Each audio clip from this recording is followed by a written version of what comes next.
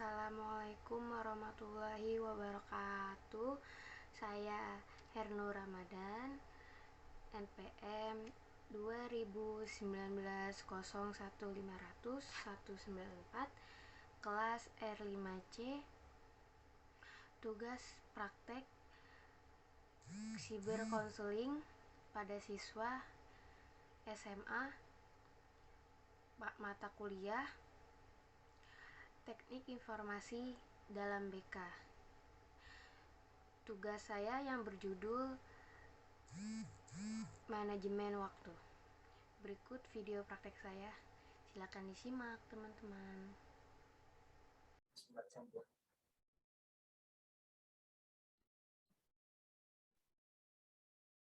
Assalamualaikum warahmatullahi wabarakatuh.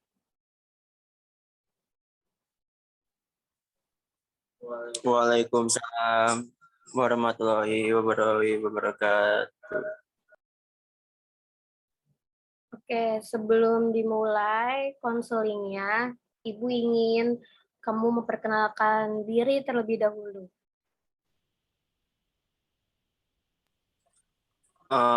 Perkenalkan, nama saya Bu Ahmad Sultan Wijaya, dari SMA 29 Negeri Kebayoran Lama. Terima kasih Sultan Wijaya. Kamu tinggal di mana? Oh iya, lupa. Saya tinggal dekat daerah SMA, Bu. Baik, kalau boleh tahu hobi kamu apa? Kalau hobinya, saya sering melakukan bola sih, Bu. Tapi sukanya ya basket aslinya, Bu. Oke, baik. Izin memperkenalkan diri juga, Ibu. Nama Ibu Hernur Ramadan. Ibu berasal dari Kebayoran Lama. Sepertinya kita berdekatan, ya, rumahnya ya. Iya benar, Bu. Ibu lulusan dari Universitas Indraprasta PGRI. Sebelum ini dimulai, Ibu ingin tahu ada berkepentingan apa kamu menghubungi Ibu di via WhatsApp?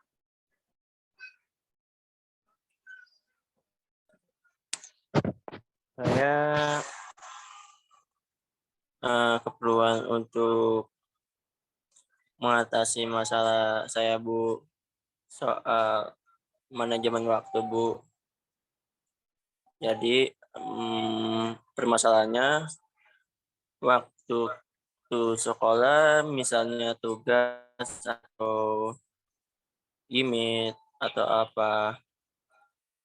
Nah, pembentrokan sama waktu kerja, Bu. Nah, jadi saya agak pusing ya, Bu, untuk mengatur waktu untuk kerja sama waktu untuk sekolah. Jadi agak susah, Bu, untuk mengaturnya. Oke, baik. Makasih penjelasannya.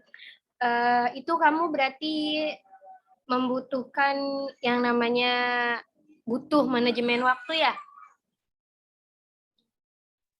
Iya, benar, Bu. Kalau boleh Ibu tahu, kamu sekolah sampai jam berapa? Untuk dari mulai sekolahnya sih dari jam 6.30 sampai biasanya sampai jam 3-an, Bu. Oke, baik. Sebelumnya kamu sudah pernah mengikuti belum bimbingan konseling dengan guru BK yang lain atau baru kali ini saja?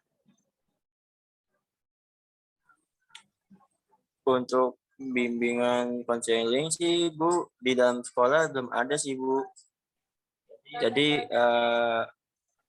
belum penuh banget untuk pengetahuan konseling ini Bu.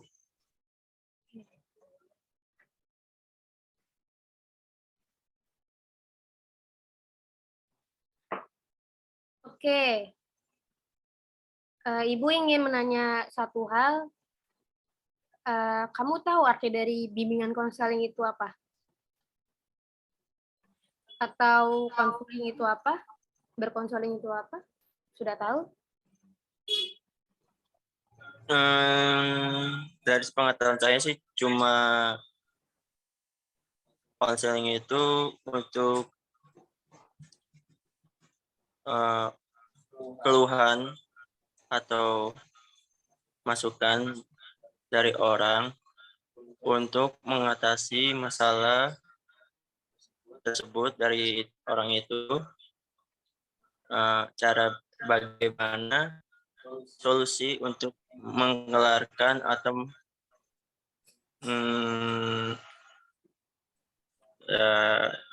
kelarin masalah itu biar tuntas Bu, itu sepengetahuan saya gitu. Baik, bisa seperti itu juga sih pengertiannya. Ibu akan meluruskan ya pengertiannya. Bimbingan konseling itu bimbingan berhubungan dengan makna pemberian bantuan. Bimbingan dapat diberikan kepada mahasiswa atau siswa dan atau kelompok yang mengalami kesulitan dalam suatu masalah maupun kesulitan pribadi serta penyesuaian diri dengan masyarakat dan lingkungannya, seperti itu. Oke. Di sini kamu membutuhkan yang namanya manajemen waktu. Kamu sebelumnya kamu sudah tahu belum manajemen waktu itu apa?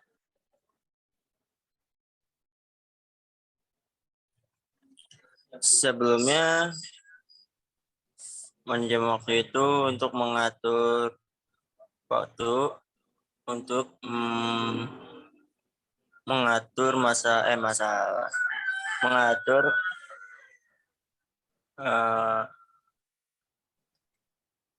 ya pekerjaan saya, tugas-tugas itu untuk diatur atau diurut biar dia tidak berantakan dan sesuai yang paling gampang atau gimana.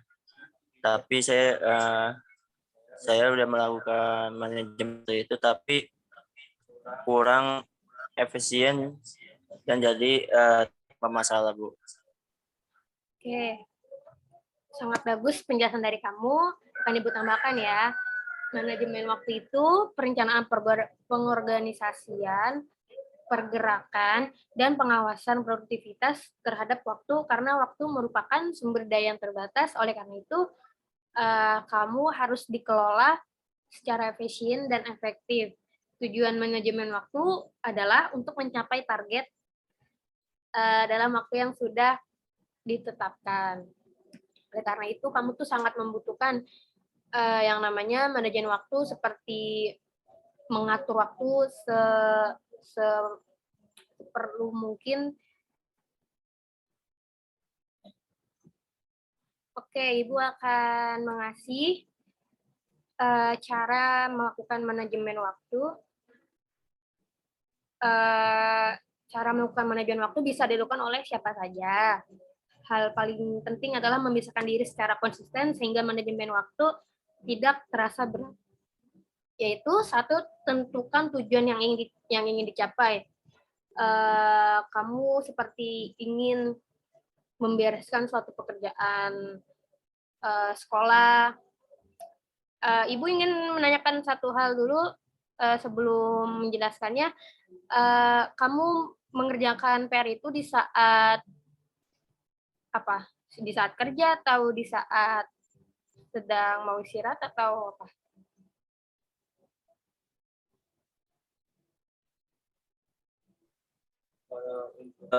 Untuk tugas, kalau untuk tugas itu biasanya dari pulang sekolah Bu, pulang sekolah, kelar pulang sekolah. Nah, sedangkan kalau waktu kerja itu pulang saya untuk kerja itu jam 8. Nah, saya tuh jam 3 langsung kerjakan tugas itu dari jam 3 sampai jam 6. Karena kadang-kadang deadline untuk tugas tuh sehari sampai jam 12 malam. Nah, kalau misalkan saya nggak sempet atau gimana, dikarenakan pas pulang sekolah, pulang kerja itu jam 8 itu kadang saya capek Bu. Kadang-kadang saya langsung tidur atau gimana, jadi saya lupa tugas itu Bu. Jadi berantakan ya Bu. Oke. Karena seperti itu, masalah kamu perlu waktunya menyadari pentingnya manajemen waktu dan berusaha memperbaikinya adalah sebuah awal yang baik. Baik ingin meminimalisir masalah personal maupun profesional atau ingin meningkatkan pencapaian di dalam mengerjakan tugas. Ibu sarankan untuk mengerjakan tugas itu setelah setelah pulang sekolah, kamu untuk waktu kerjanya renggang berapa jam dalam pulang sekolah dengan pas kerjanya? Ada renggang waktunya nggak? Atau langsung ke tempat kerja?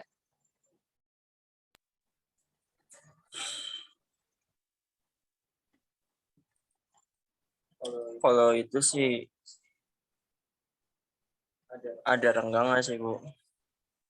Eh, Kerenggangan biasanya tuh cuma dapat sejam atau 2 jam Bu.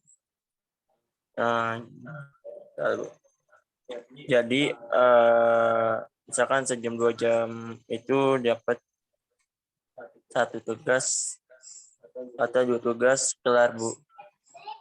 Kalau misalkan tugas sekolah saya agak gampang, tidak memberatkan saya, mungkinan kelar semua Bu. Tapi biasanya tugas-tugas misalkan kayak hafalan atau tugas praktek biologi itu membutuhkan lebihkan 2 jam Bu. Karena itu kadang-kadang tugas biologi itu harus mempresentasikan penelitian apa gitu. Jadi harus kelar hari itu Bu. Nggak boleh besok-besok gitu Bu. Oke, Ibu punya saran untuk hal itu tuh kamu yang kedua itu temukan manajemen waktu yang ideal. Setiap orang itu memiliki ritme dan kebiasaan beraktivitas yang berbeda. Banyak orang yang mengatakan melakukan kegiatan dan kerja pada waktu sekolah itu waktu yang sulit ya. Maka dari itu bisa dicoba, tapi jangan paksakan untuk dapat memberikan pengaruh di saat itu juga. Kayak misalkan kamu dicicil di jam kerjanya kamu tuh ada waktu luang, jangan disibukkan dengan main HP, tapi disibukkan dengan mengerjakan tugas. Lalu waktu subuh tuh waktu tepat-tepatnya buat mengerjakan tugas kan enak ya. Kamu pernah mencoba belum mengerjakan tugas waktu subuh? Maaf Bu, kalau untuk tugas subuh tuh udah kelewatan bukan sampai jam 12 malam. Apa Misalkan itu ya. kurang bisa mendengar? Jadi maaf Bu kan kata Ibu kan kalau tugas sampai subuh itu otomatis tugas saya itu untuk besok atau minggu depan.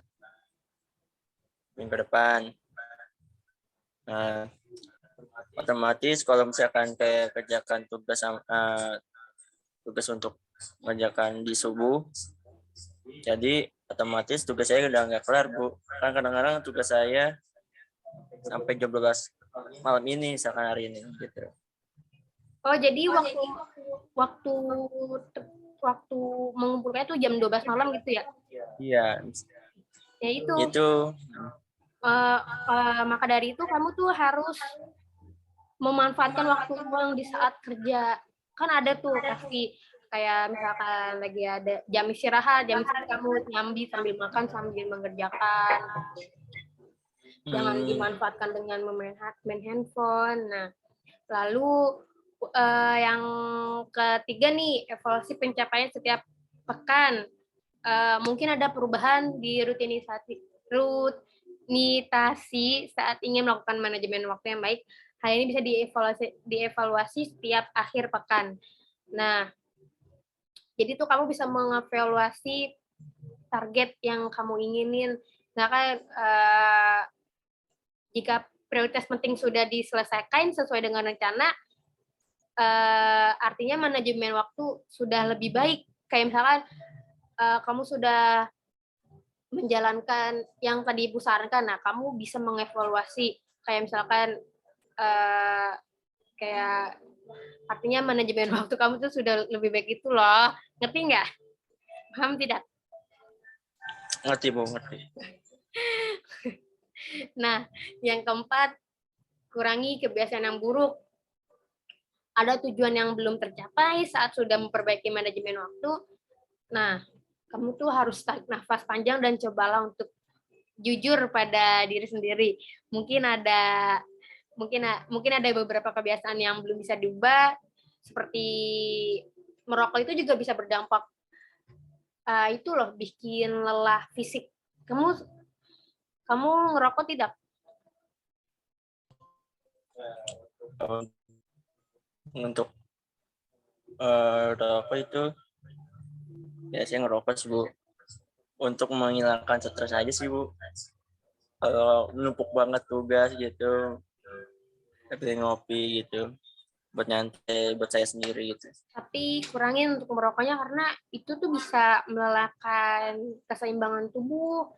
Kalau misalkan untuk biar semangat gitu tuh, kamu minum Pocari atau minum apa yang bisa nyegarin tubuh lah gitu, jangan rokok gitu. Terus jika mudah terganggu dengan pesan atau notifikasi di ponsel, ya kamu harus terfokus, prioritaskan apa yang kamu prioritasin seperti tugas kamu, pekerjaan kamu gitu. Jangan terlalu ke handphone. Nah, terus yang kelima nih, istirahat teratur saat bekerja. Nah, seperti itu. Saat pekerjaan sedang banyak, mungkin daftar prioritas jadi lebih banyak.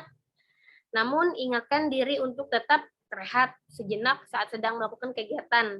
Hal ini membuat fisik dan pikiran lebih siap saat akan melakukan aktivitas selanjutnya. Kayak seperti mengerjakan tugas,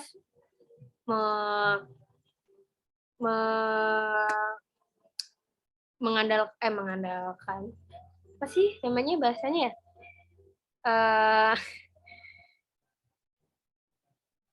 ya seperti itulah. Nah seperti itu. Jika ada yang ingin ditanyakan lagi?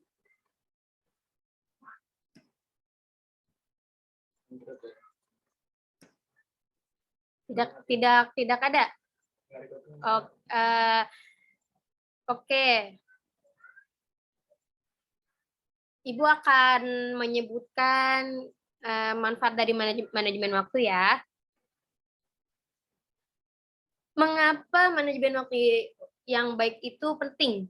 Nah, secara tidak sadar, mungkin banyak orang yang sudah terbiasa melakukan perencanaan ini. Namun biasanya kebutuhan atas manajemen waktu justru datang saat mengalami kesulitan. Ibu akan menyebutkan manfaat dari manajemen waktu, yaitu satu, lebih produktif dan efisien. Saat manajemen waktu dilakukan dengan baik, seseorang akan menjadi lebih produktif dalam melakukan aktivitasnya. Tidak ada deadline yang terlewat atau pekerjaan yang terhenti di tengah jalan, baik daftar pekerjaan di sekolah maupun pekerjaan di kantor. Cucian pakaian di rumah bisa selesai tepat waktu, seperti itu. Kayak mengerjakan tugas yang tepat waktu bisa juga. Meningkatkan profesionalisme. Seorang yang bekerja dengan produktif akan mampu menunjukkan pencapaian yang positif dalam hidupnya. Produktivitas tidak hanya bisa dirasakan oleh diri sendiri, tapi juga terlihat oleh orang lain. Hal ini akan memunculkan sikap sebagai seorang profesional. Bukan tidak mungkin hal ini akan bermanfaat bagi karir ataupun respek dari rekan kerja. Nah, 3, mengurangi stres. Jika segalanya sudah bisa dilakukan secara teratur, seseorang akan terbiasa untuk menghadapi masalah. Nah, pengaturan waktu yang baik membuat siapapun bisa menentukan strategi sesuai tujuan yang ingin dicapai. Dengan langkah ini, tekanan pekerjaan maupun aktivitas sehari-hari akan berkurang sehingga dapat menghindari stres. Nah, yang keempat, lebih banyak kesempatan untuk mencapai tujuan. Jika sudah berhasil melakukan manajemen waktu yang baik, pencapaian hidup juga bisa direalisasikan lebih cepat. Dalam hal ini, daftar pencapaian mungkin bisa diselesaikan satu persatu, bukan tidak mungkin. Lebih baik banyak kesempatan yang datang menghampiri, jadi pengembangan diri bisa dilakukan dengan lebih baik. Seperti itu. Ada yang ingin ditanyakan? Apa sudah jelas yang Ibu sudah sampaikan? Sudah jelas, Bu. Oke, baik. Jika sudah jelas, jangan lupa menerapkan apa yang Ibu jelaskan. Semoga kedepannya lebih bijak dalam mengatur waktunya, mengatur pekerjaannya, mengatur segala hal. Makan makanan yang sehat seperti sayuran, dan jangan lupa meminum minuman yang sehat seperti jus, air putih yang banyak, jangan meminum kopi keseringan, dan jangan menghisap rokok, ya. Kurangi menghisap rokoknya, ya. Oke, Bu. Terima kasih untuk bisa mempercayai Ibu dalam berkonseling ini. Saya ucapkan terima kasih. Wassalamualaikum warahmatullahi wabarakatuh. Waalaikumsalam warahmatullahi wabarakatuh. Terima kasih, Bu. Ya, sama-sama. Sampai jumpa di lain waktu. Dadah.